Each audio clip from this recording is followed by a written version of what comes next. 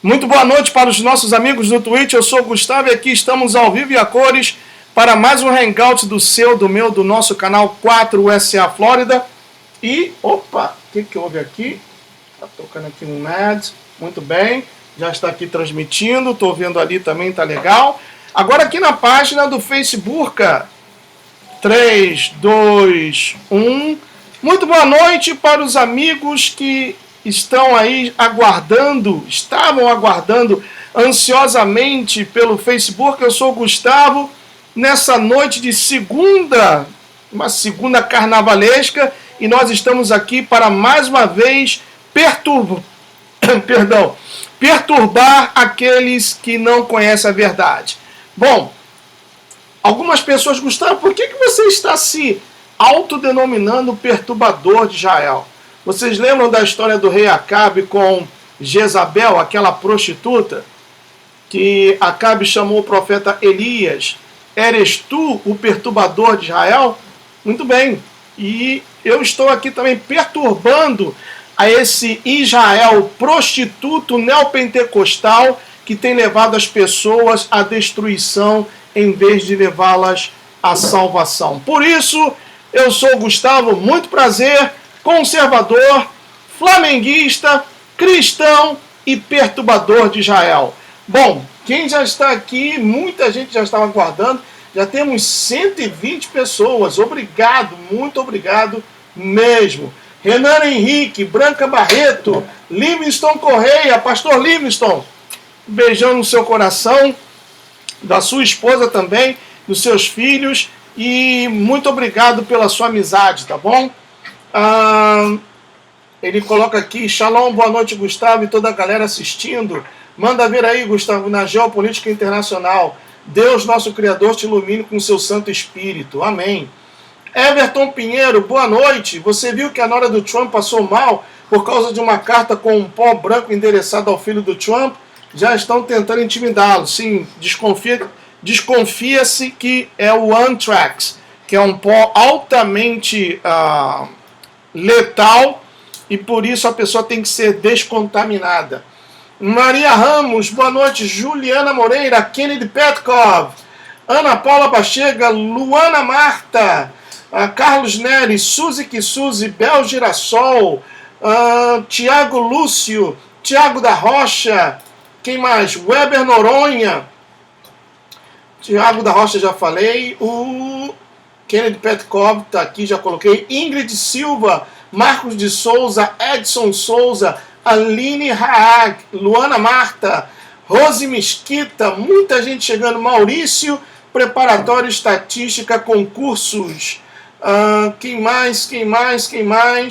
Luana Marta já falei, Patriotas do Brasil, aço, um abração para todos os amigos do Patriotas do Brasil. E aqui pela página do Facebook, vamos lá, Virgílio Martins, Evilásio de Oliveira, Denise da Assunção, vem para cá, Elifelete Souza, boa noite, Denise, Leandro Santos, César também acompanhando aí pela página do Facebook, Paulo César, Luza Santos, Cida Cavalcante, Larissa Dourado, Fran Silva, Sérgio Batista, Marli de Paula, Natália Medina, peraí, o que aconteceu aqui? Quiet Mode, eu não coloquei em Quiet Mode. Pessoal, agora sim, voltou. Marli de Paula, Natália Medina, Wesley Florencio, Leandro Santos, boa noite, Fátima Suvetre, Cida Cavalcante, Carlos Jorge Pereira, Bob Will MacGyver, Edna Reis, Evilásio de Oliveira, Weber Noronha, Arlete Maria Cusda e muito mais pessoas. Me permita aqui sintonizar, eu quero ver a transmissão do Facebook. Onde está? Só um momentinho, pessoal. Me permita, estou me situando aqui. Bom, ainda não está aparecendo, mas eu sei que já está transmitindo, acompanhando por aqui. E também um beijão no coração para todos os amigos daí do Twitch. E vamos em frente, pessoal. Olha, Tem muita coisa a ser dita, certamente não vai dar para terminar hoje.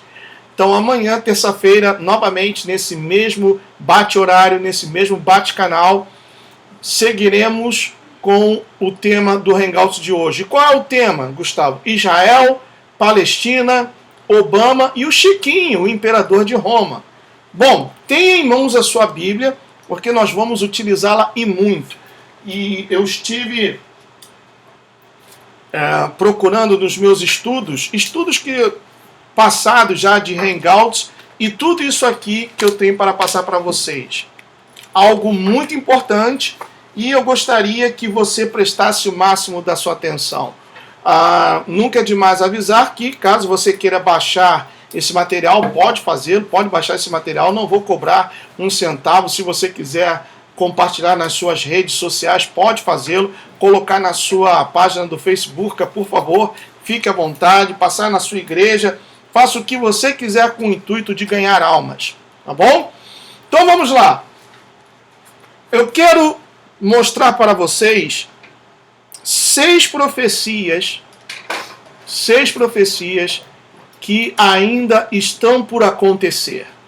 6 profecias. Por isso, tenha a sua Bíblia em mãos, porque nós vamos ver aqui na palavra do nosso Pai sobre essas profecias. Por exemplo, Jeremias 49, 37.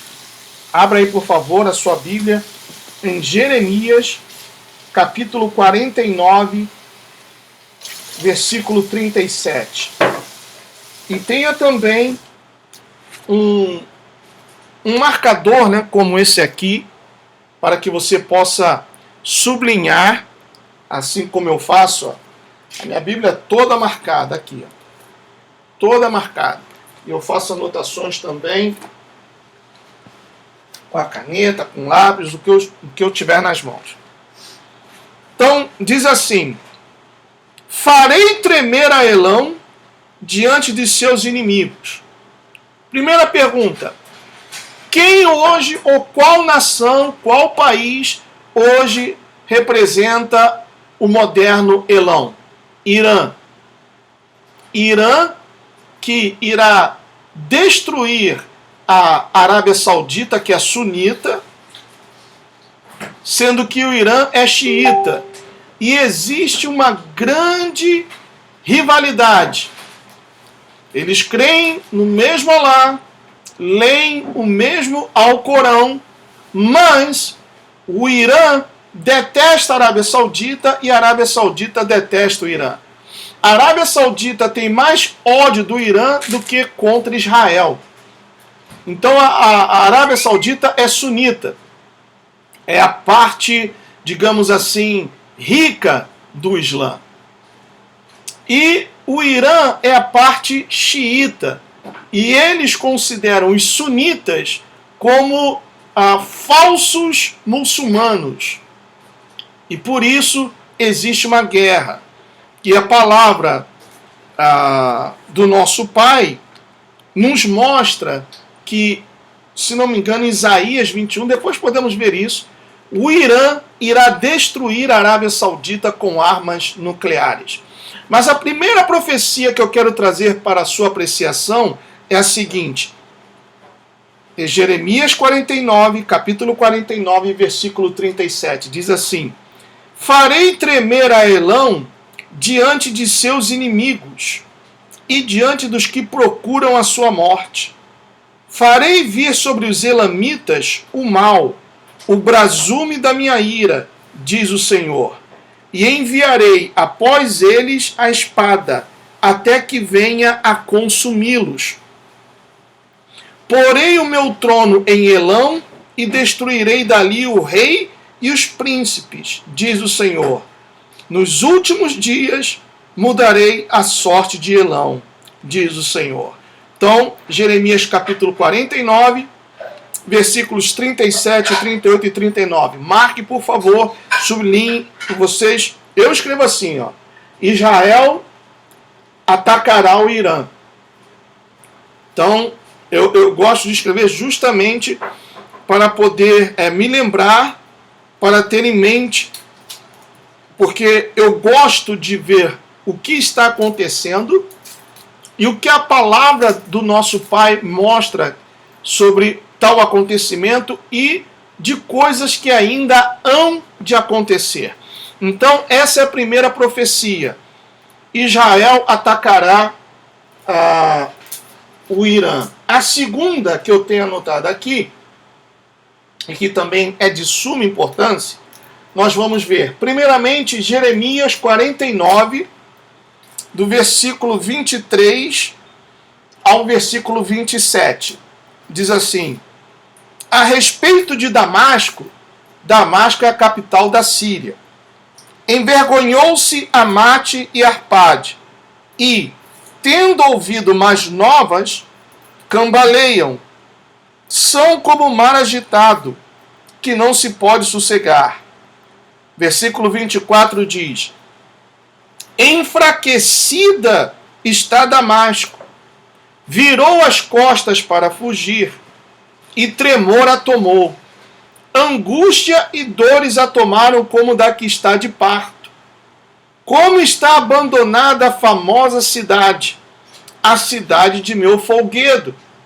Portanto, cairão os seus jovens nas suas praças, todos os homens de guerra serão reduzidos a silêncio naquele dia, diz o Senhor dos Exércitos. Acenderei fogo dentro do muro de Damasco, o qual consumirá os palácios de Ben-Hadad.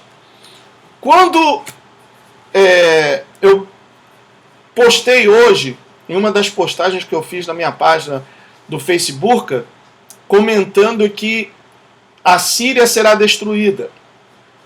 Então uma pessoa colocou assim: Gustavo, a profecia de Isaías 17, que também refere-se à destruição de Damasco, já ocorreu há 2.700 anos atrás. Isso não é certo. E por que não é certo? Se você ler a Bíblia com atenção, você verá que Zilpa, Bila, Raquel, ou seja, mulheres que se casaram com homens eleitos, escolhidos por Deus, elas vieram da região hoje conhecida como Síria. Então não seria errado dizer que essas mulheres, como Raquel, que casou com Isaac, Zilpa, Bila, elas são sírias e viveram há mais de 2.700 anos atrás. Então, eu tentei explicar isso para a pessoa que disse que essa profecia já se cumpriu. Não, essa profecia está se cumprindo hoje, agora, diante dos nossos olhos.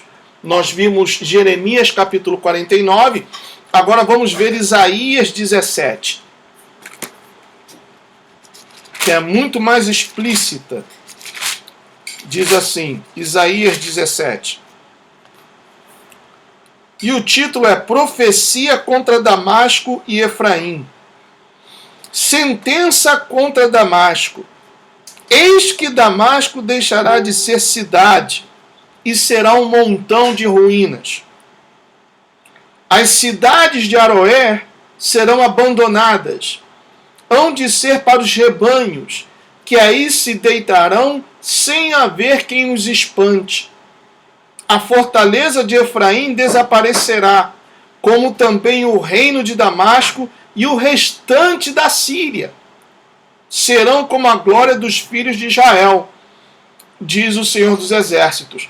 Aí lá no versículo 14, ainda desse capítulo 17, versículo 14 do livro de Isaías diz assim: ao anoitecer, eis que há pavor. E antes que amanheça o dia, então, a desaparição de Damasco se dará durante toda uma madrugada. Antes que apareça o dia, já não existem. Este é o quinhão daqueles que nos despojam e a sorte daqueles que nos saqueiam. Então vejam que, já falamos da primeira profecia, que Israel irá atacar o Irã. Israel também irá destruir a Síria, ou seja, Damasco, que é a capital e principal cidade. Tudo isso, pessoal, por favor, marquem assim como eu faço, para que vocês tenham em conta. Uma terceira, Jeremias 49, voltando lá para Jeremias 49, do versículo 1 ao 6. Tudo isso eu já falei em outros hangouts, mas sempre é bom recordar. Diz assim, essa profecia refere-se à Jordânia. Jordânia que tem uma parte lá em Jerusalém e também vê com muito bons olhos a divisão da cidade eterna em 2 estados, sendo uma parte a capital do estado que já foi aceito e declarado pelo Vaticano como o Estado da Palestina. Os 2 únicos países que a Palestina tem embaixada são Brasil, aquele terreno que o Molusco de 9 Dedos doou para a Embaixada da Palestina no valor de 25 milhões de reais, e o Vaticano, que já reconheceu a Palestina como um país. Diz assim, 49, a respeito dos filhos de Amon, assim diz o Senhor, acaso não tem Israel filhos? Não tem herdeiro? Por que, pois, herdou Milcom a Gade, e o seu povo habitou nas cidades dela? Lembrando que, se não me engano, e eu gostaria que as pessoas me corrigissem, vamos voltar lá no livro de Gênesis, deixa marcado aí, Jeremias 49, vou pegar aqui o marcador, Jeremias 49, porque eu li agora uma coisa que me chamou a atenção, e eu quero ir lá no livro de Gênesis, vou dizer já para vocês o capítulo.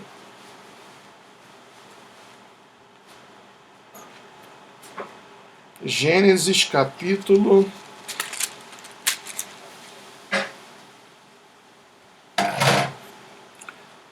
19, do versículo 30 em adiante. Vejam que coisa interessante, pessoal. Mas, Gustavo, até agora você não falou nada do Obama, do Chiquinho. Calma, nós vamos chegar lá. Respira fundo. Muita gente não trabalha amanhã, então temos tempo suficiente e amanhã continuaremos com esse mesmo tópico, com esse mesmo tema. Então, Gênesis capítulo 19, do versículo 30 adiante, diz assim, a origem dos Moabitas e dos Amonitas.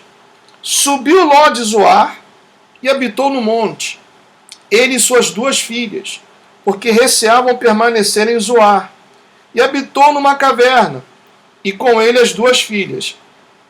Então, a primogênita disse à mais moça, nosso pai está velho, e não há homem na terra que venha unir-se conosco, segundo o costume de toda a terra. Vem, façamo-lo beber vinho, deitemo-nos com ele e conservemos a descendência de nosso pai. Olha, veja que pensamento maligno. A filha coabitando com o pai, quer dizer, um incesto, correto? Vai vendo, presta atenção. Versículo 33. Naquela noite, pois, deram a beber vinho a seu pai, e, entrando a primogênita, se deitou com ele, sem que ele o notasse, nem quando ela se deitou, nem quando se levantou. No dia seguinte, disse a primogênita mais nova, deitei-me ontem à noite com meu pai. Demos-lhe a beber vinho também esta noite. Entra e deita-te com ele, para que preservemos a descendência de nosso pai. De novo, pois, deram aquela noite a beber vinho a seu pai, e, entrando a mais nova, se deitou com ele, sem que ele o notasse, nem quando ela se deitou, nem quando ela se levantou. E assim, as 2 filhas de Ló conceberam do próprio pai. A primeira deu à luz um filho e lhe chamou Moabe, e é o pai dos Moabitas até ao dia de hoje. A mais nova também deu à luz um filho, e lhe chamou Ben-Ami, e é o pai dos filhos de Amon até ao dia de hoje.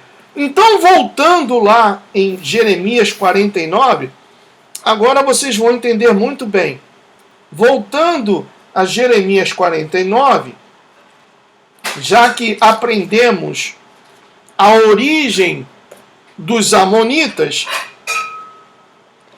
diz assim: a respeito dos filhos de Amon, assim diz o Senhor, acaso não tem Israel filhos? Não tem herdeiro? Por que, pois, herdou Milcom a Gade, e o seu povo habitou nas cidades dela? Portanto, eis que vem dias, diz o Senhor, em que farei ouvir em Rabá dos filhos de Amon o alarido de guerra, e tornar-se-á no montão de ruínas, e as suas aldeias serão queimadas, e Israel herdará aos que o herdaram, diz o Senhor. Então concluímos que os amonitas, primeiro, nasceram de uma relação incestuosa da filha mais nova de Ló com ele estava doidão, estava bêbado, estava tão bêbado que não viu quando elas ambas, uma cada noite, se acostaram com ele, se deitaram e também se levantaram. Então, os amonitas, que hoje nada mais é do que o moderno estado da Jordânia, os amonitas nasceram de uma maldição, de um incesto. E como está escrito aqui, nós podemos ver que eles também serão destruídos. E se você prestou atenção, lá no primeiro versículo diz assim: a respeito dos filhos de Amon, assim diz o Senhor, acaso não tem Israel filhos? Não tem herdeiro? Por que, pois, herdou Milcom? Milcom é o nome de uma divindade da Jordânia. Ou, na época, era o deus de Moabe. Lembrando que Moabe e Ben-Ami eram irmãos do mesmo pai, mas de mães diferentes.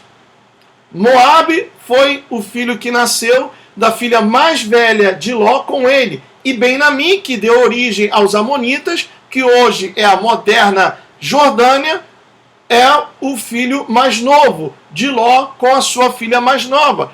São irmãos. Então vejam o rolo, pessoal.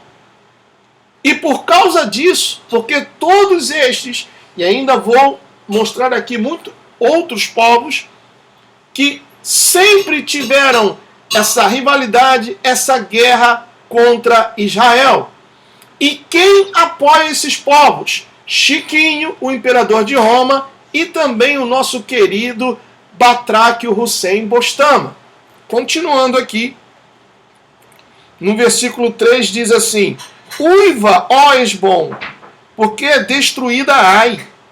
Clamai, ó filhos de Rabá, cingivos de cilício. Lamentai e dai voltas por entre os muros, porque Milcom, que é um deus moabita, irá em cativeiro, juntamente com os seus sacerdotes e os seus príncipes. Por que te glorias nos vales, nos teus luxuriantes vales, ó filha rebelde, que confias nos teus tesouros, dizendo: quem virá contra mim? Eis que eu trarei terror sobre ti, diz o Senhor dos exércitos, de todos os que estão ao redor de ti, e cada um de vós será lançado em frente de si, e não haverá quem recolha os fugitivos. Mas depois disto, mudarei a sorte dos filhos de Amon, diz o Senhor. Então, essa é a terceira profecia que ainda está por se cumprir. Agora vem a quarta. Isaías 19, e eu comentei sobre essa profecia no vídeo de hoje pela manhã. Isaías 19, que fala justamente sobre uma estrada, ferrocarril, que o Egito irá construir juntamente com a Rússia. Então veja bem, como eu estava explicando hoje pela manhã. O Egito já tem, podemos dizer assim, a tecnologia para a conservação de grãos. É um país com um clima quente, porque tem o seu deserto, né? E também quando faz frio de verdade. Mas não é um calor assim úmido como aqui na Flórida. Aqui a umidade do ar chega às vezes a 90%. E é terrível, é abafado. Então, a Rússia já assinou o acordo para construir ou um ferrocarril ou uma estrada que irá transportar grãos do Egito para a Rússia. O Egito tem interesse em exportar e a Rússia necessita desses grãos, porque o solo russo não é um solo fértil, já que a maior parte do tempo do ano o solo russo está congelado. Então a Rússia já assinou esse acordo, sendo que essa estrada ou ferrocarril tem que passar por dentro da Síria e também por dentro de Israel, que também se beneficiarão dessa, digamos, dessa estrada para escoamento de grãos. Sendo que hoje Israel tecnicamente já está em guerra contra a Síria. Então, se assim continuar, o que vai acontecer? Essa estrada teria que fazer um contorno de mais de 1.000 quilômetros e iria custar muito mais. Iria custar muito mais. Por esta razão, a Rússia, desde quando, em 2015, chegou ao Oriente Médio para defender o governo do Bashar al-Assad contra o Estado Islâmico, a Rússia veio para ficar no Oriente Médio. E com a apatia e também a frouxidão do Bostama, a Rússia tornou-se então uma nação muito influente no Oriente Médio. Tanto que a Rússia também já estabeleceu acordos bilaterais com Israel. Então, Gustavo, se Israel está em guerra contra a Síria, como já sabemos, e a Rússia já assinou esse acordo com o Egito para escoamento de grãos, e melhor seria que a estrada cortasse Israel e a Síria, como se dará isso? Bom, como se dará, eu ainda não tenho a resposta, mas o fato é que se dará. Se você for ler Isaías do capítulo 19, do primeiro versículo até o versículo 18, aí você entenderá isso. O bom seria, não vou ler aqui agora, até para economizar tempo, mas que você lesse todo o capítulo 19 e você encontrará justamente isso que eu estou dizendo, sendo que eu contei para vocês de uma forma resumida. Uma outra profecia, o Salmo 83, que será a última guerra de Israel contra o mundo árabe. O Salmo 83, que eu, se não me engano, já fiz pelo menos 3 hangouts explicando sobre esse Salmo 83 e as nações que estão aqui designadas neste Salmo.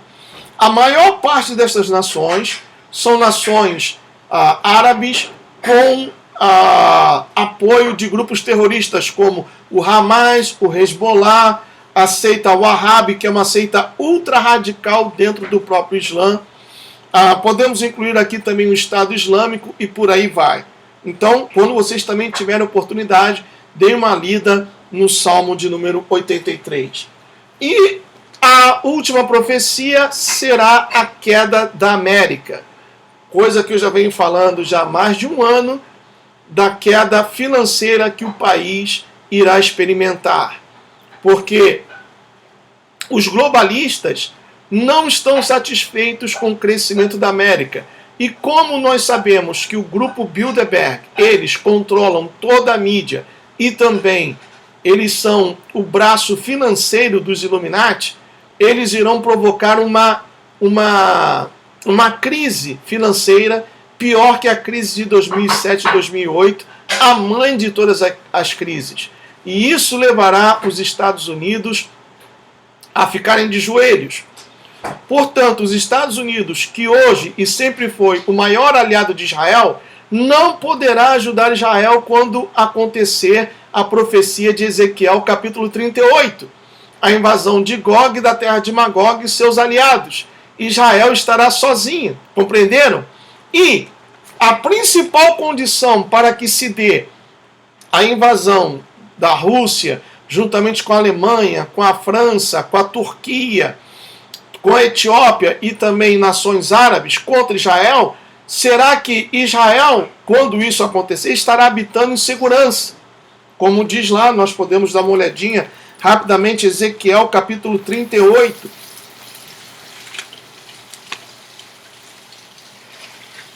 Ezequiel capítulo 38 diz assim, versículo 11, ou melhor, vamos desde o versículo 10.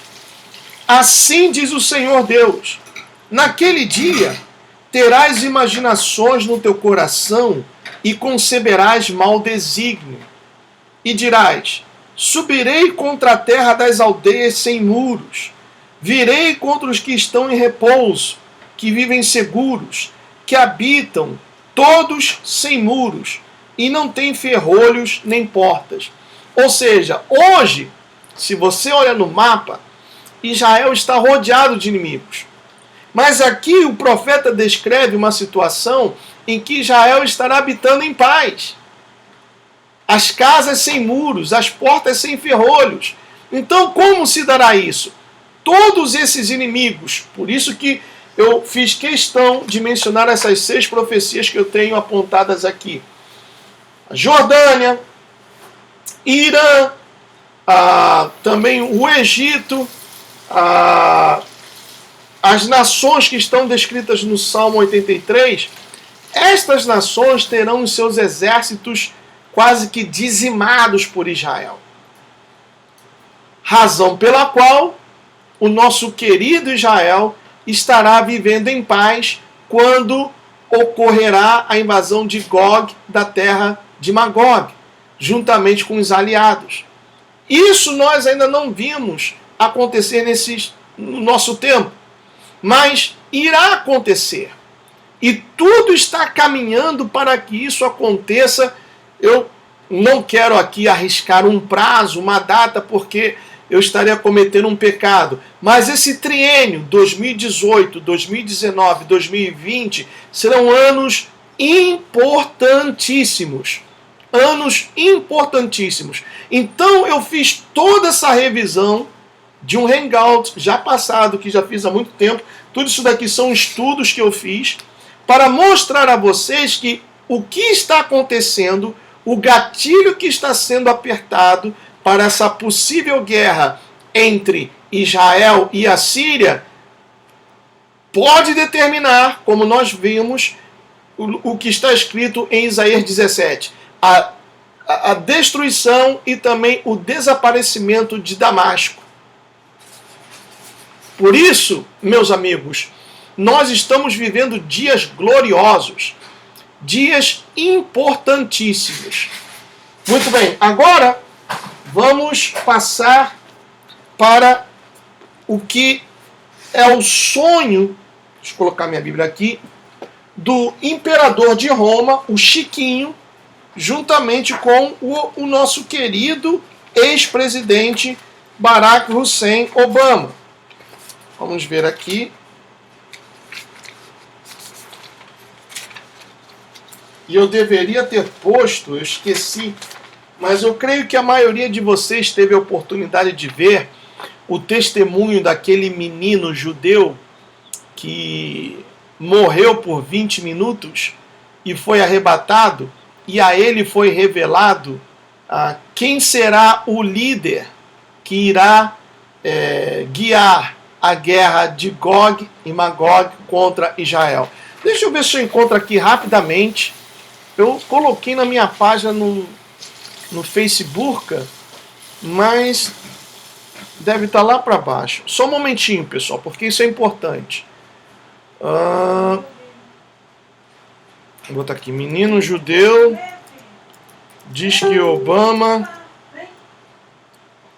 Obama irá liderar guerra contra Israel. Deixa eu ver aqui. Tem um vídeo mais curto. Bom, esse daqui é de 38 minutos. Claro, não vou tocar todo. Deixa eu trazer a câmera para mim aqui novamente. Vou compartilhar. Tem um que eu coloquei na minha página, que é mais curto, que vai direto ao assunto. Mas vamos ver esse aqui.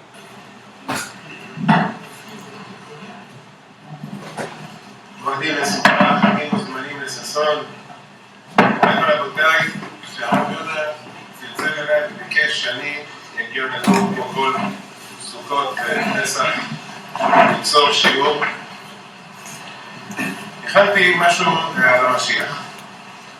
ולא ידעתי שדבר שמו בדרך שאדם רוצה ללכת מה מלכים אותו, הקדוש ברוך הוא ישלח לי כזאת מסייעתא דשמיא.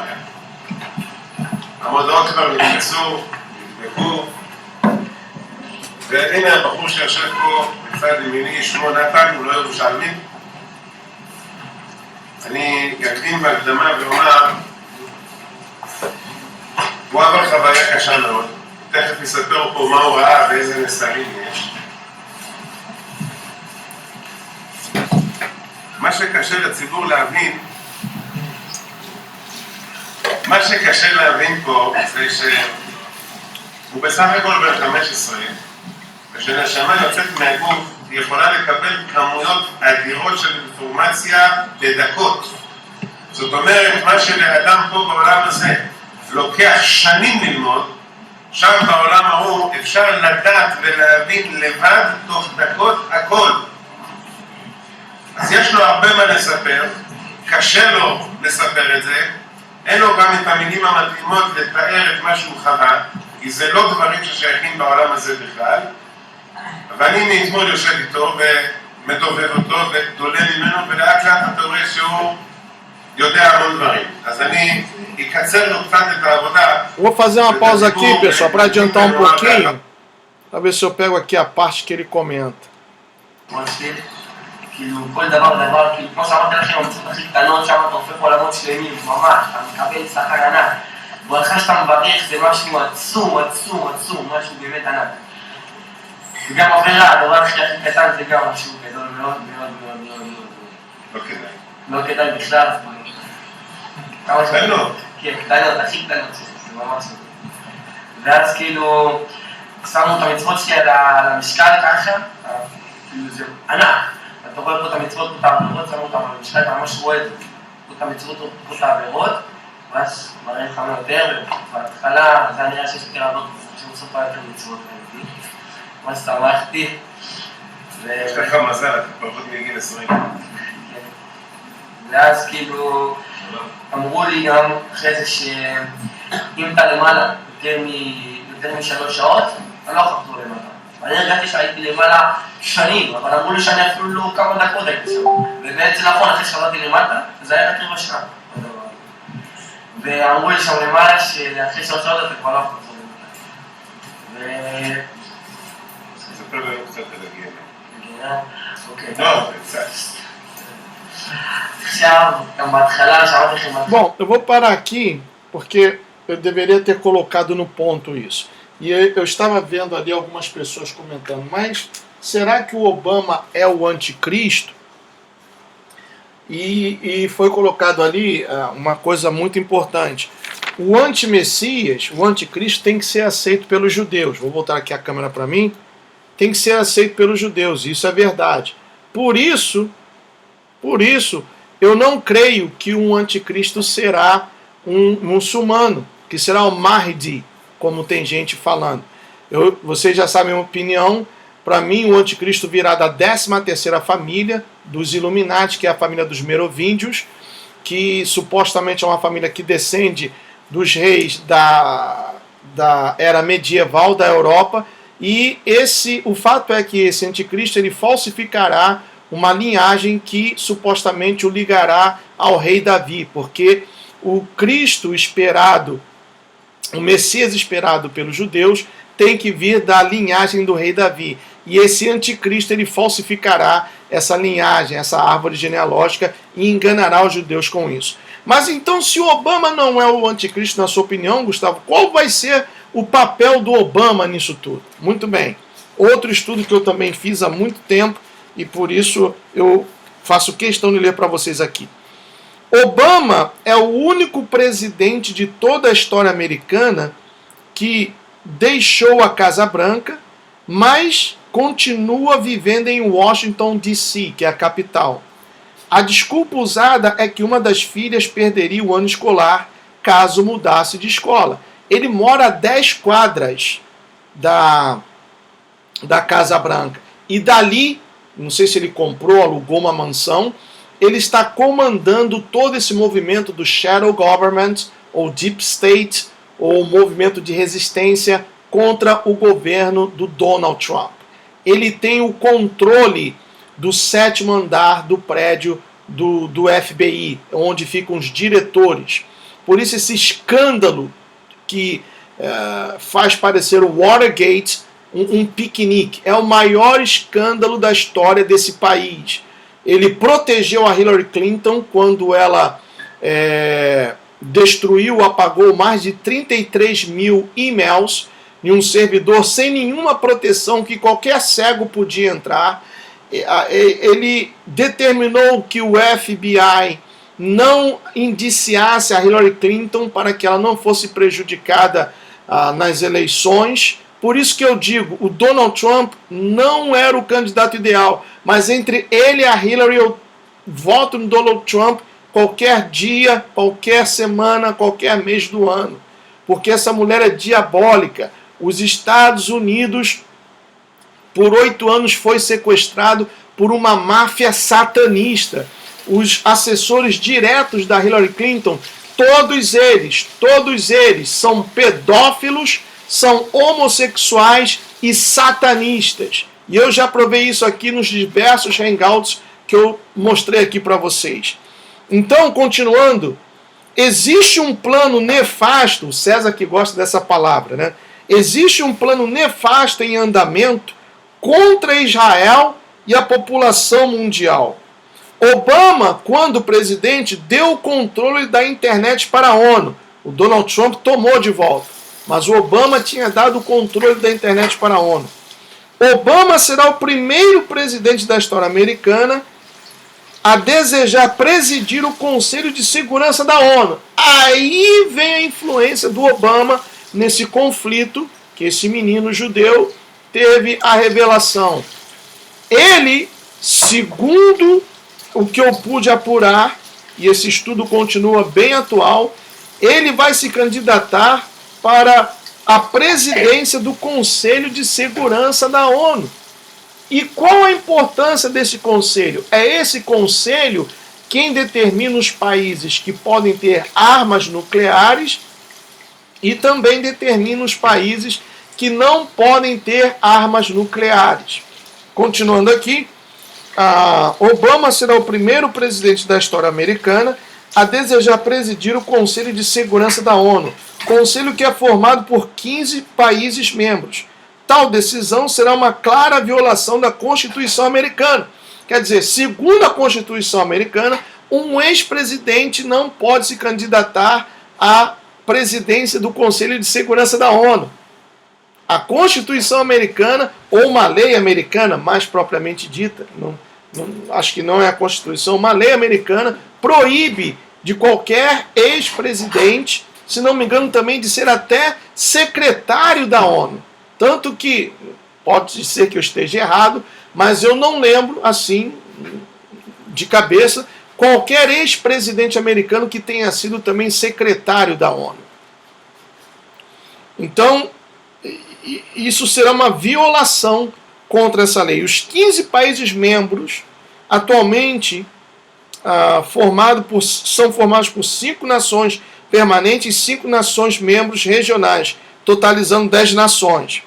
Quais são os países membros permanentes desse Conselho de Segurança da ONU? Estados Unidos, a Grã-Bretanha, ou seja, Inglaterra, França, China e Rússia. Esses são os 5 membros fixos. Regionais: 2 nações da Europa Ocidental, 2 nações da Ásia, 2 nações da América Latina, 1 nação da Europa Oriental e 3 nações da África. Muito bem. Qual a importância da África nisso tudo? Você vai compreender.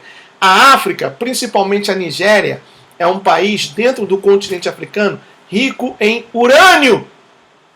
Agora você entende porque o último Papa, o Chiquinho já está com o pé na cova. O Chiquinho vai sair. O último Papa, ou seja, o 8º rei, será um Papa que virá do continente africano. Agora dá para você ligar os pontos e entender o porquê irão eleger um Papa do continente africano. Não estou falando que será da África do Sul, mas do continente africano. Porque a África, e eu citei aqui o caso da Nigéria, que é um país rico em urânio, mas tem outros países também que são ricos em urânio. E todos nós sabemos que desde o descobrimento, que o continente africano sempre foi, continua sendo e seguirá sendo explorado, as pessoas seguirão sendo escravizadas pelos senhores do mundo. Então agora você entende o porquê se faz necessário, já que o Chiquinho, o imperador romano agora, ele está preparando o caminho para o 8º rei que virá. Ele está preparando o caminho com o ecumenismo, etc. e tal, para o futuro Papa do continente africano. E aí está uma das razões pelas quais será eleito um Papa desse continente.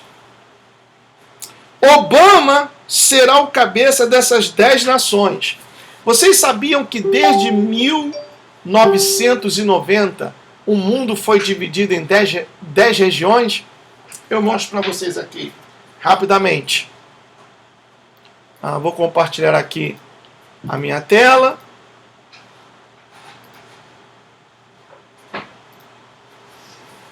Deixa eu colocar aqui.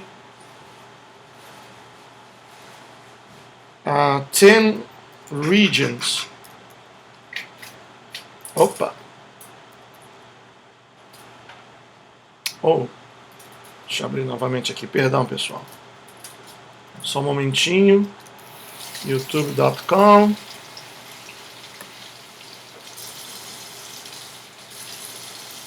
Tá aqui. World divided in 10 regions. Tá aqui. Tem até um canal Casando o Verbo, ele fez um vídeo muito bom sobre isso. Deixa eu ver se eu encontro o vídeo do Casando o Verbo. E aí vocês vão entender melhor. Canal Casando o Verbo. O mundo dividido em 10 regiões. Vamos lá. Tem um que ele mostra. Vou clicar nesse daqui. Tá aí para vocês verem. Pois é, pessoal, eu já falei algumas vezes e vou repetir quantas vezes for necessário. A Europa não vai cair. Hoje eu vim trazer um vídeo que para mim não é novidade, isso eu já sei há pelo menos 10 anos, mas como parece novidade para muita gente, eu tenho que explicar e vou colocar aqui uma imagem. Ela é um pouco tosca, ela vai ficar desfocada porque ela é uma imagem pequena, mas é explicando para vocês que o mundo vai se reorganizar em 10 grandes blocos econômicos, políticos e sociais. Esse é o objetivo dessa chamada nova ordem, ou reorganização global. As pessoas ficam dizendo, a Europa vai cair, vai se esfacelar com essa crise econômica. Não vai cair, isso é tudo planejado. Inclusive, essa primavera árabe também foi planejada, porque uma das regiões que eles querem criar inclui o norte da África e o Oriente Médio. Então agora eu vou colocar a imagem, para que vocês vejam, ela vai ficar, é uma imagem um pouco distorcida, mas eu vou lendo e vocês vão acompanhando ali. Então, o primeiro grupo criado foi o número 1, que é a América do Norte. O segundo grupo, que é a atual União Europeia, é a Europa Ocidental. O terceiro vai ser o Japão sozinho. O quarto seria a Austrália e a África do Sul. O quinto é a Europa Oriental, incluindo a Rússia. Então é praticamente a reconstrução da União Soviética. O sexto é a América Latina, excluído o México, que já faz parte do grupo do NAFTA, da América do Norte.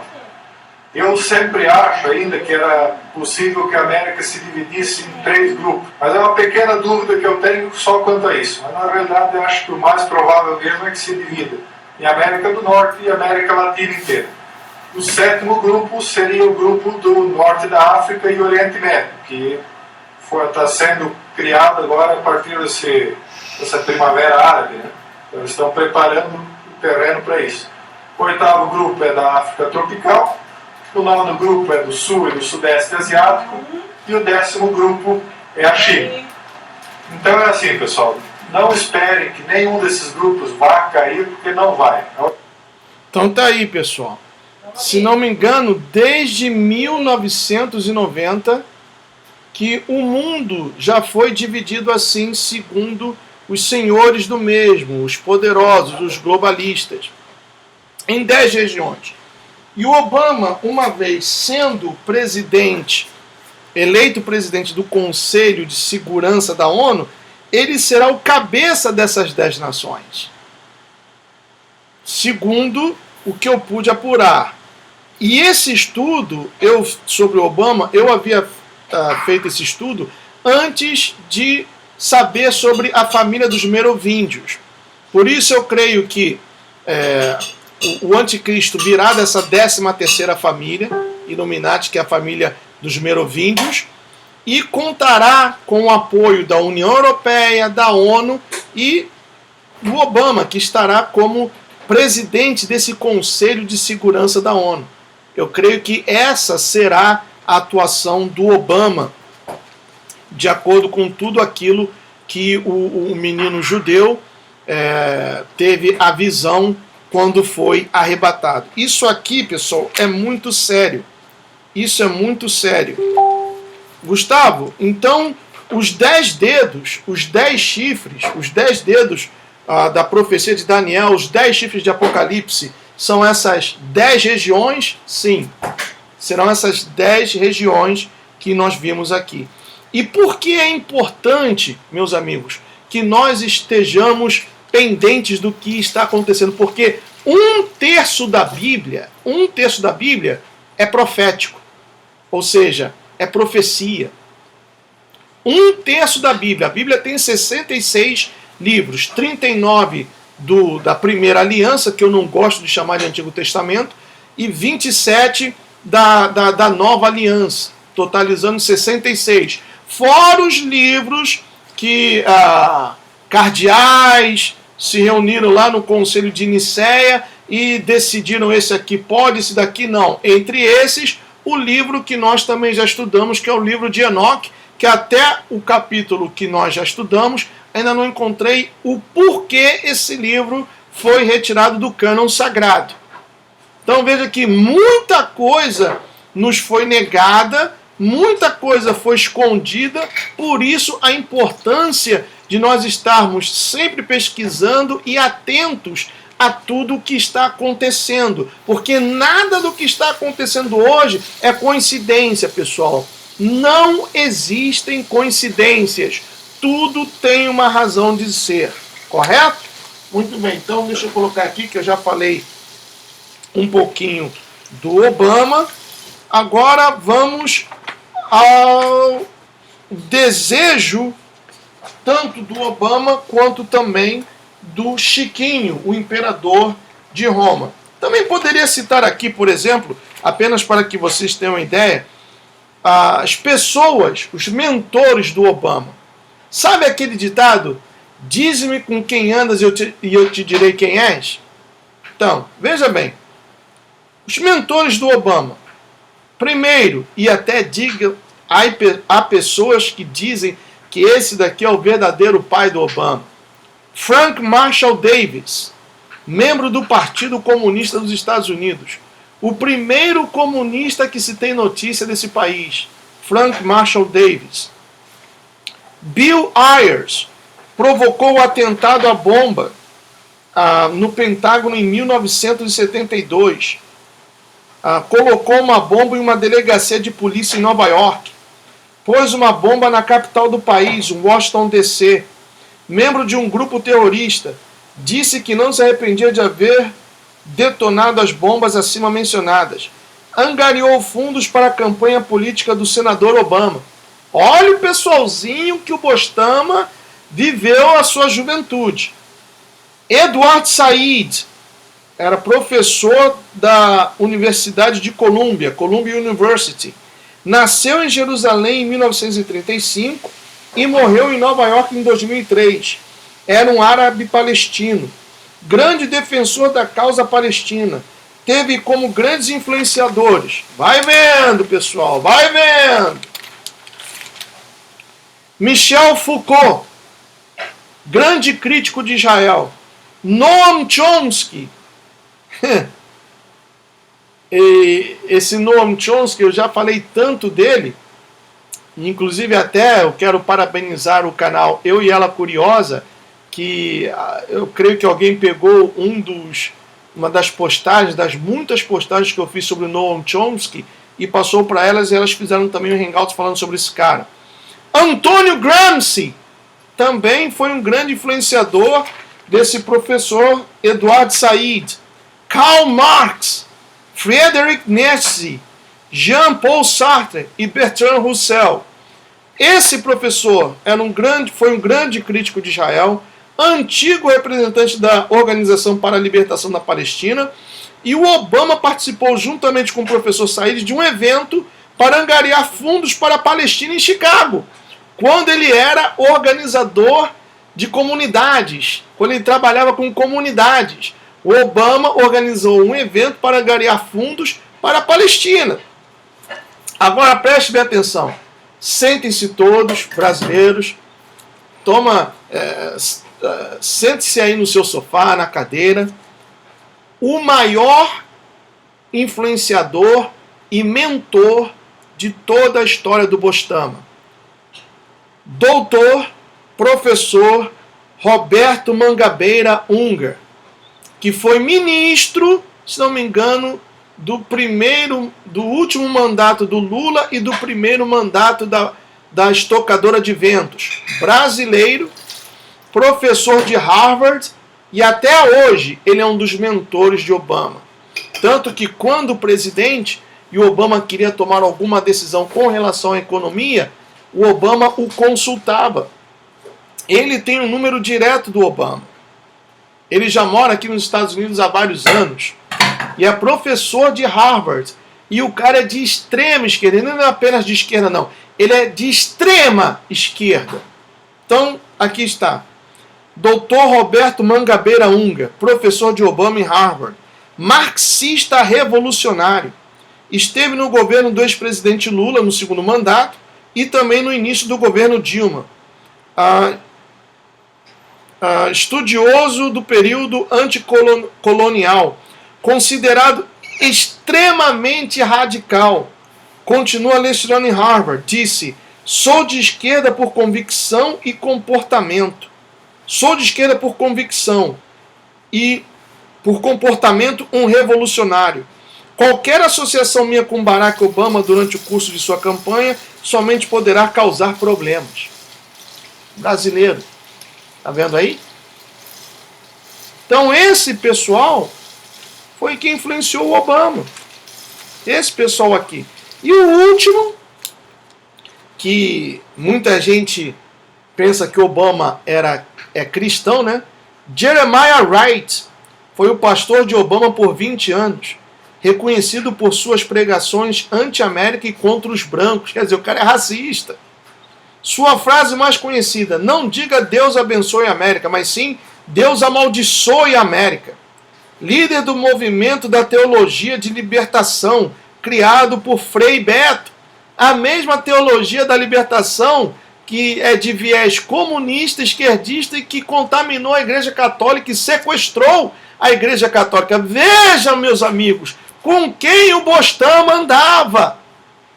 Grande defensor da causa palestina. Clama por justiça para a Palestina e afirma que os palestinos são o povo escolhido por Deus. Disse em um evento em Washington no mês de março que Jesus era palestino. Esse é o pastor do Obama. Esse é o pastor do Obama. Jeremiah Wright. Vejam vocês. Tem que rir para não chorar. Muito bem. Agora vamos ao tema e o desejo, o sonho do Chiquinho, imperador de Roma, e do Obama. Enquanto isso, vamos ver aqui. Wênia Nunes, boa noite. Vinícius Aurélio, Lu Galeano, Vânia Valente Vieira, Carlos Neri, muita gente aí comentando, né? 380 pessoas acompanhando, mais umas tantas acompanhando aqui pelo Facebook e outras tantas pelo Twitch. Já temos que 1 hora e ainda falta muita coisa a ser dita. Deixa eu beber aqui água, senão meu amigo Buddy não vai me deixar sossegado. Tá aqui, ó.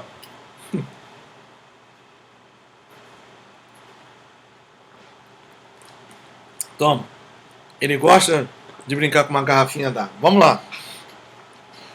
Será que uma solução de 2 estados é realmente uma solução viável para Israel? Então aqui diz o seguinte: ao longo do século passado, o mês de novembro tem visto uma série de eventos inovadores nos anais do Estado judeu. Não foi a declaração de Balfour, declaração de apoio ao estabelecimento de um lar nacional para o povo judeu na terra de Israel, novembro de 1917, do Império Britânico. A resolução da ONU sobre o estabelecimento de um Estado judeu, novembro de 1947. A visita do presidente egípcio Anwar Sadat a Jerusalém, novembro de 1977. E a Conferência de Anápolis, que lançou as negociações importantes entre o primeiro-ministro Ehud Olmert e o presidente palestino Mahmoud Abbas, em um acordo sobre o Estatuto Permanente, novembro de 2007. Quer dizer, novembro, mês de novembro, tem sido um mês marcado por decisões importantes que envolvem a Terra Santa. O governo dos Estados Unidos está discretamente testando as reações dos judeus e palestinos a 3 opções e atualmente contempla para avançar para a solução de 2 estados. Lembrando a você que esse estudo aqui eu traduzi tem mais ou menos quase 2 anos, na época que o Obama era presidente. Então, quando Obama ainda estava como presidente dos Estados Unidos, ele estava forçando sim a barra para que o primeiro-ministro Benjamin Netanyahu aceitasse a divisão de Jerusalém, juntamente com o Chiquinho. O Chiquinho, ele tem interesse nisso tudo, o imperador de Roma, porque ele já tem um acordo com o Mahmoud Abbas. Ei! Para, rapaz! O Chiquinho já tem um acordo com o Mahmoud Abbas que assim que for decretado a divisão de Jerusalém, os palestinos irão passar para o controle da igreja do Império Romano, do Vaticanos, o lugar, o monte de sacrifícios pagãos, irá passar o controle dos lugares arqueológicos e também turísticos para que a Igreja Católica lucre com isso. Então o Chiquinho tem um profundo interesse que essa divisão aconteça o mais rápido possível e também para a construção do 3º templo. Vamos ver aqui. O governo dos Estados Unidos, na época do Obama, está testando discretamente a reação dos judeus e palestinos a 3 opções que podem ser contempladas para avançar a solução para a divisão de Jerusalém. Segundo a declaração da Organização para a Libertação da Palestina, ou seja, OLP, um Estado independente e seu reconhecimento pelo Estado de Israel, o presidente dos Estados Unidos decidiu lançar um diálogo oficial com a organização para alcançar um acordo de paz com Israel. Na época, o presidente Ronald Reagan fez o seu movimento em novembro de 1988, após as eleições presidenciais, e antes de George H.W. Bush, que foi o pai, que foi empossado como o 41º presidente dos Estados Unidos.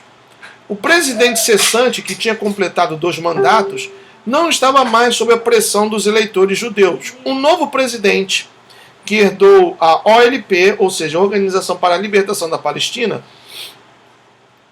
não estava mais sob a pressão de lobistas judaicos. Antes da transferência Reagan-Bush, o governo de direita da Terra Santa de Israel, liderado pelo primeiro-ministro Yitzhak Shamir, foi um golpe paralisante. O primeiro-ministro, agora mais atual, Benjamin Netanyahu, está muito familiarizado com a manobra a fim de assumir uma resolução difícil no final de um prazo. Em 1988, a tradução não foi bem feita. Em 1988, em Nova York, como chefe da delegação israelense das Nações Unidas, quer dizer, Benjamin Netanyahu liderou a delegação de Israel nas Nações Unidas.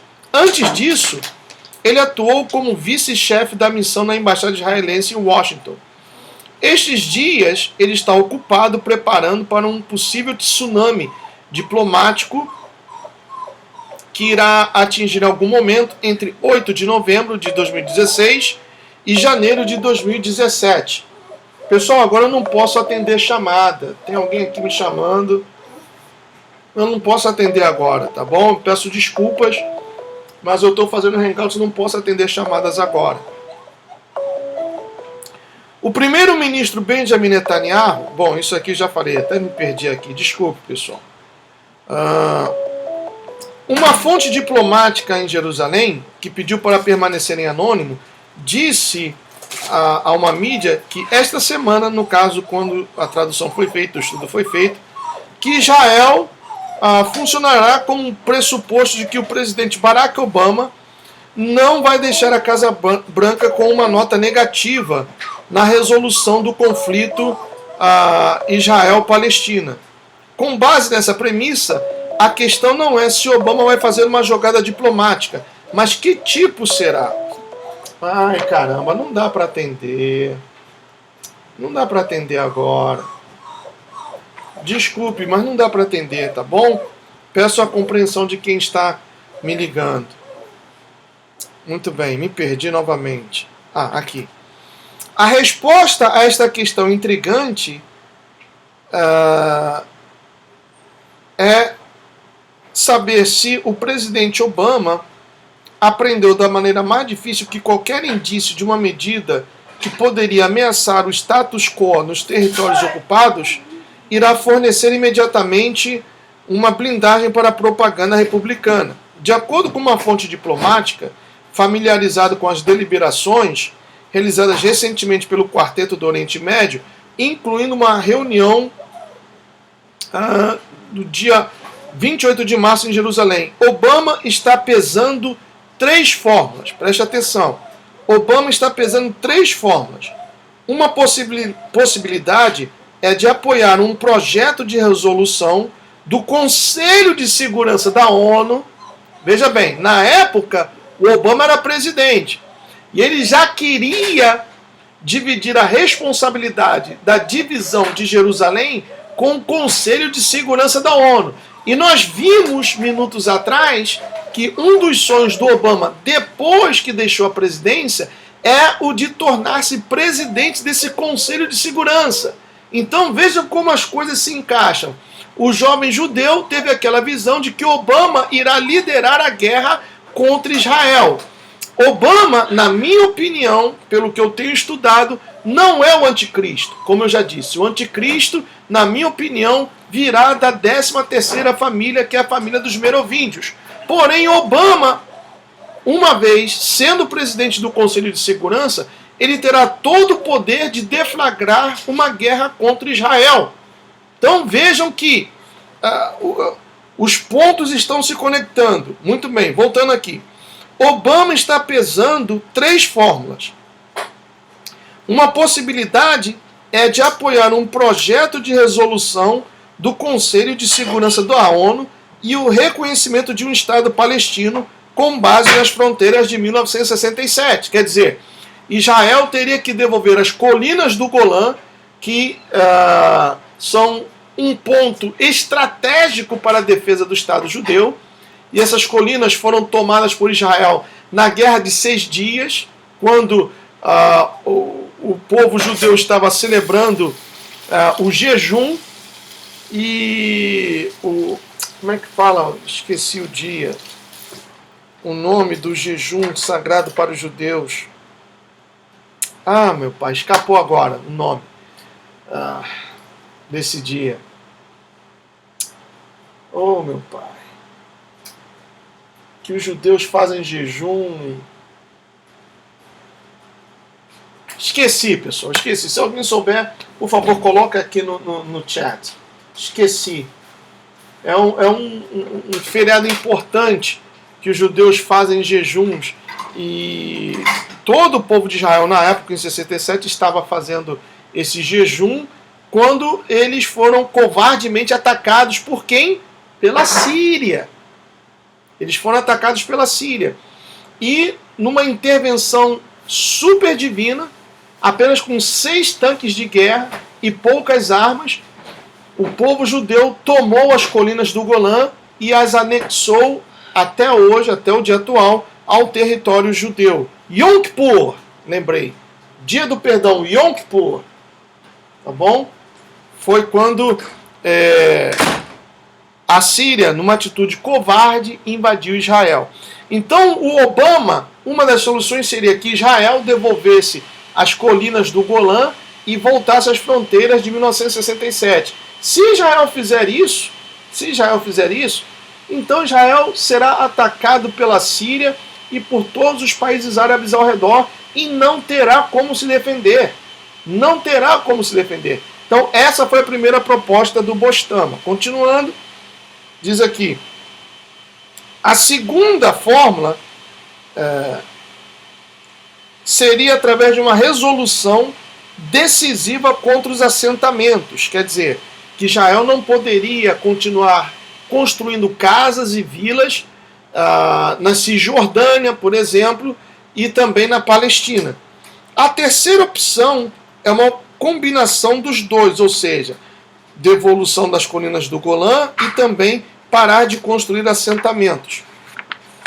Quando chegar a hora de decidir, Obama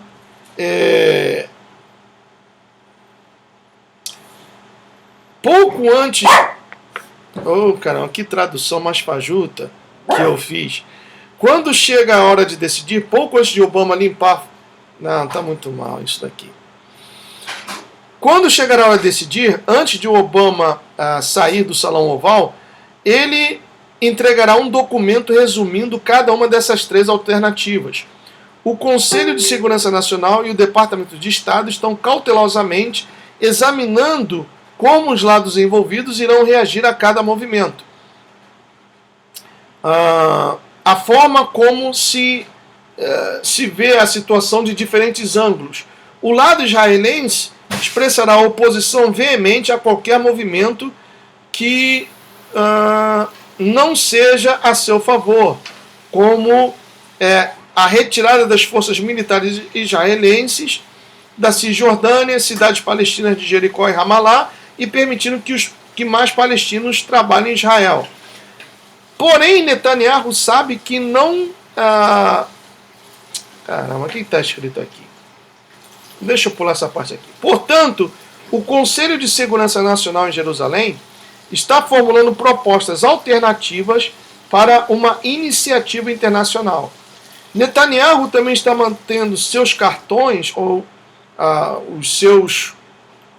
as suas opções guardadas. Se ele toma decisões consideradas extremistas, dirão que ele é um radical de extrema-direita, por exemplo. Mesmo expressando temporariamente reservas sobre a execução de um soldado israelense por um palestino ferido, ele se arrisca à ira de seus parceiros de coalizão, que são dois partidos que tem lá, a Habayit, Ha-Yehud, e do seu próprio partido Likud.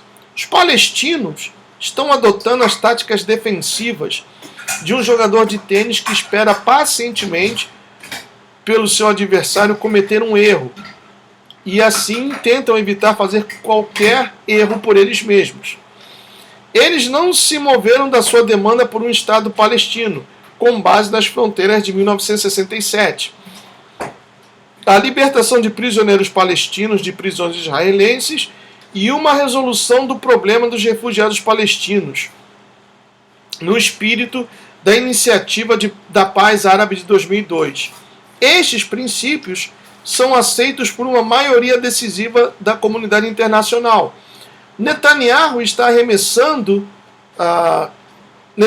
lutando contra essas decisões palestinas, em uma tentativa de marcar pontos com relação à opinião pública. Mas Israel antecipou que Abbas seria desprezado caso rejeite a oferta das retiradas das tropas de Jericó e Ramallah. A tentativa de contrariar as acusações de que a autoridade palestina incita terror, Abbas está mais uma vez propondo reunir o Comitê Israelo-Palestino-Americano conjunta sobre a prevenção de incitamento. Netanyahu está mais uma vez ignorando a sugestão. Sem nada a perder, Abbas tentou abordar o público israelense sobre as cabeças de seus líderes em uma entrevista com o jornalista Lana Dayan sobre o programa popular Uvda, foi ao ar, 31 de março no Canal 2. Abbas disse que forças de segurança da Palestina entrariam em escolas de pesquisa com facas e mochilas para ensinar as crianças a lutar contra os judeus. Vejam só vocês. Segundo ele, em uma escola encontraram 70 rapazes e raparigas, ou seja, moças, né, que transportam facas e confiscou-lhes com a mensagem de que nós queremos que você viva e viva para o lado do bem. Continuando aqui, não vou ler muito porque é um documento um pouco extenso e não está bem traduzido, mas essa parte aqui é importante. Muito bem. Grande parte do mundo parece querer que os palestinos tenham um Estado próprio. Em setembro de 2011, parecia que eles tinham algum impulso para a sua causa. A maior parte da comunidade internacional expressou apoio simbólico para uma oferta palestina de um Estado nas Nações Unidas. De todos os adeptos, porém, se destaca como sendo especial e intrigante a Igreja Católica Romana. Então, veja o interesse do Chiquinho. Em um comunicado em setembro passado, o aposentado patriarca latino de Jerusalém, Michel Sabah, juntamente com representantes de várias comunidades cristãs em Israel, prometeu apoio aos esforços diplomáticos sendo implantado para ganhar reconhecimento internacional do Estado da Palestina. Em seu sermão no dia de Natal, ou seja, de 2011, o atual patriarca latino de Jerusalém, Fouad Tual, reiterou o apoio católico para a criação do Estado palestino. Queremos uma paz justa e global para acabar com o conflito israelense e palestino. Nós aderimos à posição tomada pela Santa Sé, reconhecendo claramente a solução de 2 estados, com segurança e fronteiras reconhecidas internacionalmente, afirmou. Esta posição, alinhada com o que a Igreja vem dizendo há algum tempo, desde dezembro de 2009, por exemplo, Tual e outros altos funcionários católicos lançaram abertamente um documento anti-Israel, anti-judaico, detalhando as injustiças contra os palestinos por Israel. Nele, as autoridades católicas imploram à comunidade internacional para que permaneça ao lado do povo palestino, que enfrentam a opressão, deslocamento, sofrimento e apartheid claros por mais de 6 décadas. Não houve reconhecimento dos múltiplos ataques suicidas contra judeus inocentes, ou os milhares de mísseis lançados em escolas israelenses, casas e hospitais. O documento também inclui uma seção longa conciliar palestino chamado resistência, um termo educado para a violência ou terrorismo, com a instrução bíblica de abster-se da violência e da guerra.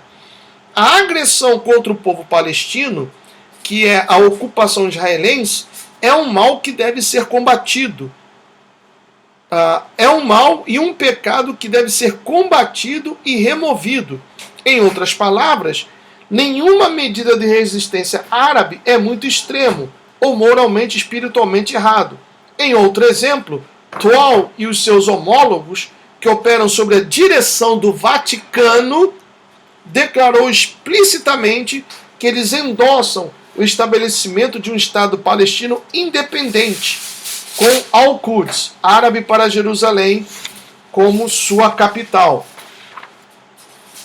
Se você sabe sua história, esse apoio efusivo à causa palestina, a ponto de ceder Jerusalém como a capital de uma nação palestina, é mais do que um pouco estranho. Lembre-se que o Papa Urbano II, o homem que partiu as cruzadas na Idade Média, é uma pergunta. Lembram-se do Papa Urbano II, o homem que partiu as cruzadas na Idade Média? A ocupação continuada dos lugares santos e, acima de tudo, Jerusalém, que era infiel, o Papa Urbano II declarou uma afronta à cristandade. Escreveu o historiador John Julius Norwich. Urbano fez seu discurso fatídico 27 de novembro de 1095, na zona rural nos arredores da cidade francesa de Clermont-Ferrand. Esta cidade, referindo-se a Jerusalém, situada no centro do mundo, é agora mantida em cativeiro por seus inimigos, lamentou.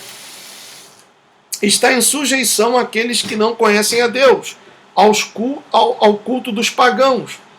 Ela visa, portanto, e deseja ser libertada, e não cessa de implorar-lhe para vir em seu auxílio. Inspirado pelo apelo de Urbano, com armas e com a intenção de ganhar salvação, dezenas de milhares de europeus partiram para Jerusalém.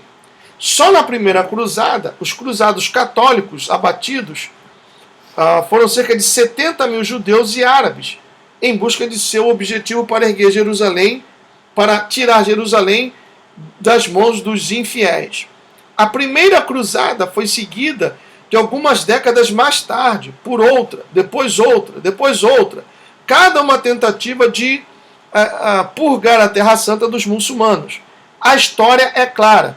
O Vaticano nunca apoiou o controle muçulmano de Jerusalém. Então, por que ele está fazendo agora? A verdade é que não é. Há 2 razões para que a Igreja Católica agora esteja apoiando ou fazendo parecer um apoio para o Estado palestino, de uma maior influência muçulmana sobre Jerusalém. Em primeiro lugar, este esforço enfraquece o controle de Israel sobre a cidade. Então, essa é uma das intenções. Quando se trata de diminuir a influência de Israel em Jerusalém, em seus lugares sagrados. Autoridades católicas estão felizes em deixar os palestinos fazerem o trabalho sujo. Em segundo lugar, o endosso de um Estado palestino do Vaticano fornece cobertura ideal para sua própria ambição de tomar o controle de Jerusalém dos judeus. Agora vocês entendem por que o Chiquinho ele recebeu por 15 minutos a portas fechadas o Exu Tiriri do Erdogan. Agora vocês entendem por que o Chiquinho, em 2015, ele esteve aqui nos Estados Unidos com Obama, e antes mesmo do avião do Chiquinho pousar aqui nos Estados Unidos, o Obama mandou soltar vários terroristas muçulmanos que estavam lá em Guantánamo. Meus amigos, é um jogo de cartas marcadas. É um jogo de cartas marcadas. Agora, antes de terminar, por isso, quando eu recebi a notícia, isso foi, eu dei no domingo, mas é um assunto que vem já rolando desde sexta-feira, que o Benjamin Netanyahu iria deixar de ser o primeiro-ministro de Israel. Porque armaram uma arapuca para ele, ele está sendo indiciado, será indiciado por suborno, bribery. Porque alguns empresários deram como presente charutos caríssimos e também champanhe caríssima para a esposa dele, a Sara, o nome da esposa do Netanyahu. E segundo a polícia, esses presentes são frutos de suborno. Então ele está sendo indiciado. Isso, tenham certeza, tão certo quanto hoje é 12 de fevereiro, tão certo quanto o ar que respiramos. É um plano maquiavélico do Chiquinho. Porque tanto o Chiquinho quanto o Bostama odeiam Benjamin Netanyahu. E por que odeiam? Eu explico. Nós vimos os dois interesses da Igreja Católica em tomar posse de Jerusalém e que Jerusalém seja dividida para a criação do Estado palestino. O Mahmoud Abbas já esteve, somente no ano passado como Papa, ele já esteve 3 vezes com o Chiquinho. E como eu disse no princípio desse hangout, os dois únicos países que reconhecem a Palestina como uma nação livre, soberana, são, infelizmente, o nosso Brasil e o Vaticano.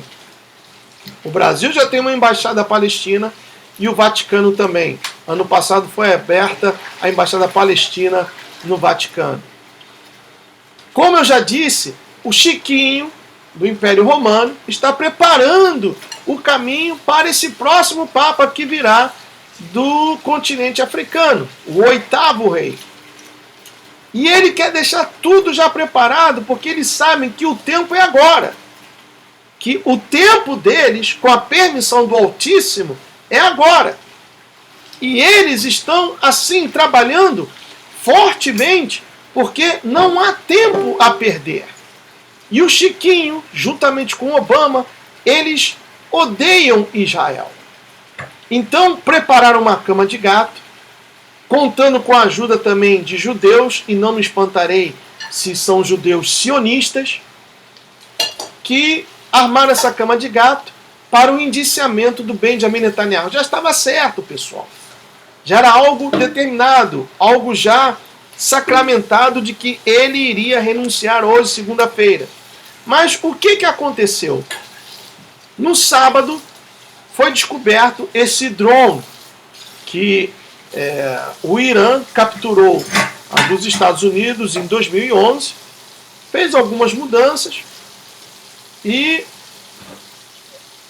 decolou esse drone de um ponto onde o Irã tem na Síria, porque o Irã está dentro da Síria, para espionar as colinas do Golã. Então, até uma pessoa me explicou que esse drone foi abatido, foi derrubado por um helicóptero Apache da Força Aérea Israelense. Mas antes disso, Israel procurou certificar-se, de que não era um drone americano, porque a aparência e o modelo dava a entender que era um drone americano. O governo israelense entrou em contato com a Casa Branca, também com bases militares americanas, para obter a confirmação se aquele drone pertencia ao governo americano. E foram unânimes de dizer não, nós não decolamos nenhum drone para estar aí voando sobre as colinas do Golã. Então foi enviado um helicóptero Apache que derrubou esse drone, e também 8 caças F-16 não os mais modernos. Israel agora, se não me engano, tem o F-35, que é mais moderno, mas 8 caças F-16 foram e começaram a bombardear instalações do Irã dentro da Síria. E já de volta, a Síria lançou uma bateria uma bateria aérea que derrubou um caça israelense. Israel, desde 1982, que não perdia um avião.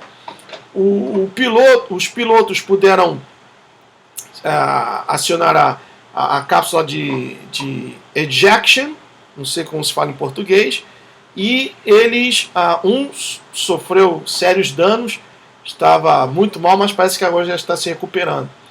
E o outro está bem. E o avião caiu dentro do solo israelense.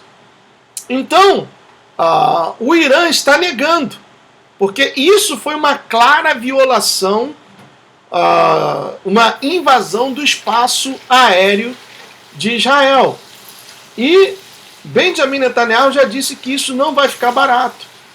Isso não vai ficar barato. Então, ele que já estava pronto para renunciar, agora com esse acontecido, ele ganhou mais força. Ele ganhou mais força. Porque a saída dele agora representaria um enfraquecimento da segurança de Israel. Então, nós, como eu já disse diversas vezes, nós temos que estar atentos ao desenrolar de toda essa história, porque, como já vimos nas profecias, tanto em Isaías 17 quanto em Jeremias, que Damasco vai desaparecer. E toda a Síria. Seria esse o gatilho a ser puxado para o desaparecimento de Damasco? Não sei. Nós temos que estar atentos e acompanhar. Bom, pessoal, já tem 1h30 de Hangout. Ainda tem muita coisa a ser dita, muita coisa mesmo. E amanhã eu vou continuar desse interesse do Vaticano na divisão de Jerusalém e também outras coisas que eu vou comentar aqui e eu gostaria de contar com a sua participação. Temos agora 374 pessoas, muito obrigado. Costa Mathematic, Júlio Soares, temos que desconverter essa mentira religiosa. Sene Glória Patriota Intervencionista. Nem parece, Gustavo, passou muito rápido. Pois é, passou rápido, mas já tem 1h30. Eu estou aproveitando porque é carnaval, muitos não estarão trabalhando amanhã. Aliás, vamos terminar com um pouquinho de humor, né? Falando em carnaval, vamos terminar com um pouquinho de humor. É triste, pessoal, mas olha, ver evangélicos pulando carnaval é triste. Olha a notícia aqui de primeira mão, pessoal. João Leite, tá aqui, ó. João Leite é desligado do corpo eclesiástico da Universal. O vídeo dele aí. Tá aqui o vídeo dele aqui, ó. Vamos ver aqui. Deixa eu colocar aqui. Vou parar. Não dá para aumentar aqui não, é?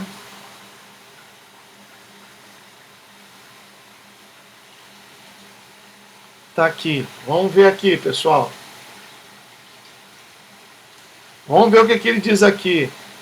João Leite, El Taradon. Tá aqui, vamos lá. Que Deus abençoe a todos. Em nome de Jesus, estou aqui dessa vez para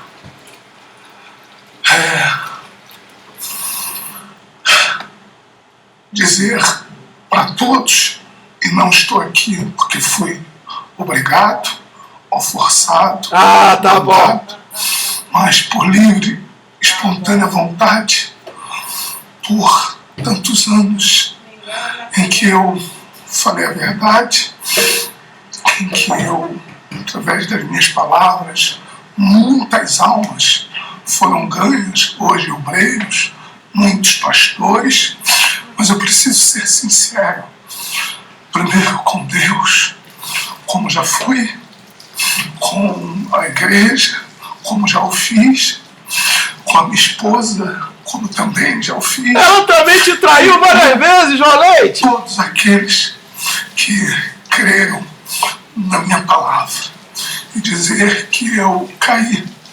Eu traí a minha esposa, traí a minha igreja,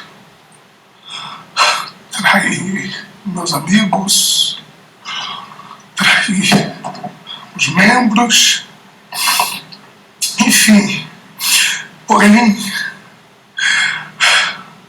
eu quero viver o que eu preguei há tanto tempo.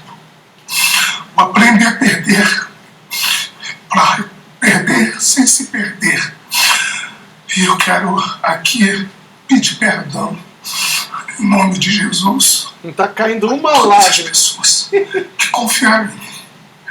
Pedir perdão a todos, já pedi perdão à Universal, porque eu sou e sempre serei a Universal, porque só eu sei como eu cheguei nessa casa, sem camisa, desesperado. E agora tá milionário. Foi aqui que eu encontrei vida.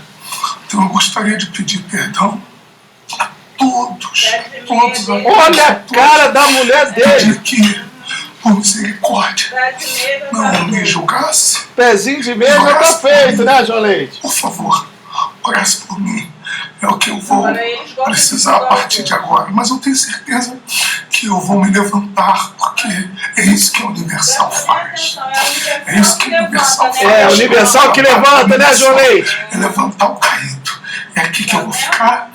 E isso é uma farsa, pessoal. Como me levantou, e que eu estava numa situação pior. O cara nem chorando tá. Vocês acreditam nesse arrependimento? Essa voz embargada aí, porque deve ter comido gengibre e tá ardendo a garganta. Olha a cara da mulher dele. Pastor, não sou obreiro, mas sou do corpo do Senhor Jesus. Vou continuar buscando esse Deus que mudou a minha vida aqui nesse lugar. Eu só quero pedir meu perdoe a todos. Tá forçando uma lágrima. Que Deus abençoe. Olha, eu não acredito, pessoal. Eu não acredito. Foi ele que entrou com a arca na inauguração do templo. É, foi ele que entrou com a arca, né? Tá bom, foi ele que entrou com a arca. Tem uma passagem aqui, ó, da maldição da arca. Acho que é Jeremias. Desculpe, pessoal, eu falei que ia terminar, mas tá aí, bombshell. Jeremias 7,16, eu acho. O doutor Pedrosa fala muito dessa passagem aqui. Acho que é 7,16, Jeremias. Olha, não derramou uma lágrima. Uma lágrima sentida. E a esposa dele ali fria. Jeremias 7,16. Não, não é Jeremias não. Ou 7. Eu não lembro agora.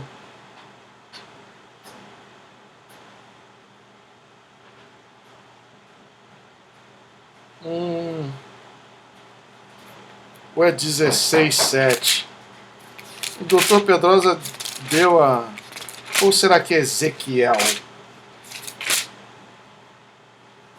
Deixa eu ver se é Ezequiel, pessoal. E fala da arca.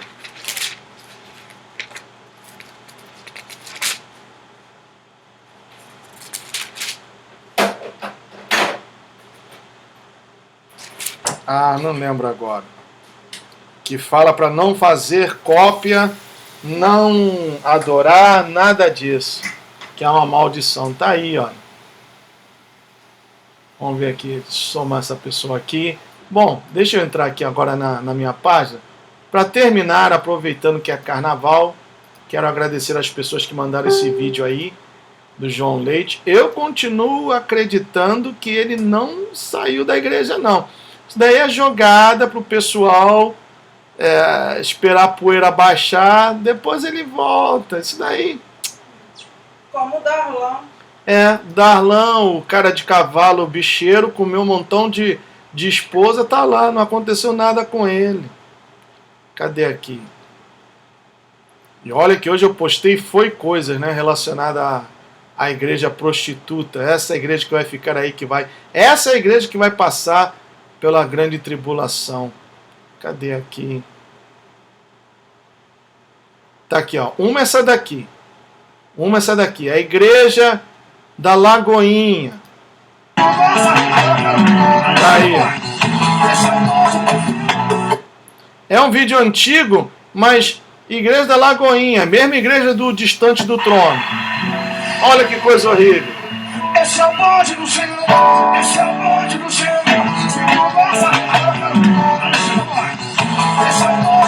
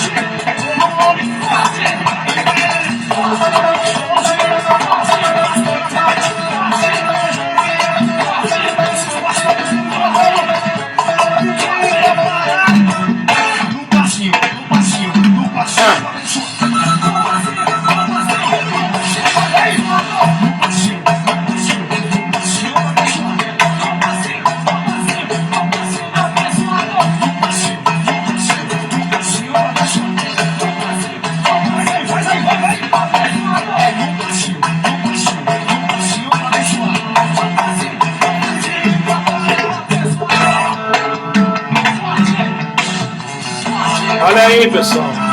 Olha a heresia.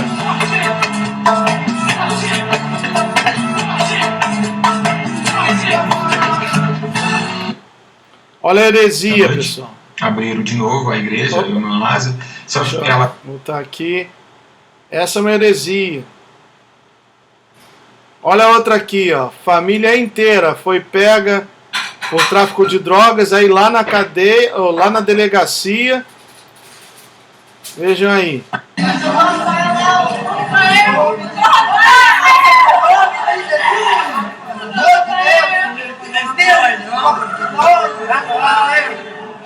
Eu te peço um pouquinho, por favor, Rafael. Oh, Senhor. Aí, ó. Esse é o nível espiritual dos evangélicos aí no Brasil. Isso daqui que eu ri muito hoje, pessoal. Eu ri muito com isso daqui. Deus! Tá aí. O DVD que você esperava chegou! Os maiores samba enredos do carnaval em versão gospel. Vamos lá! Vem, vem, vem, vem! Crente feliz, crente feliz, em Jesus não tem tristeza. Eu tô celestial, na tela da TV no meio desse povo. Galera vai arder no fogo, na tela da TV no meio desse povo. Galera vai arder no fogo. Eita, pronto.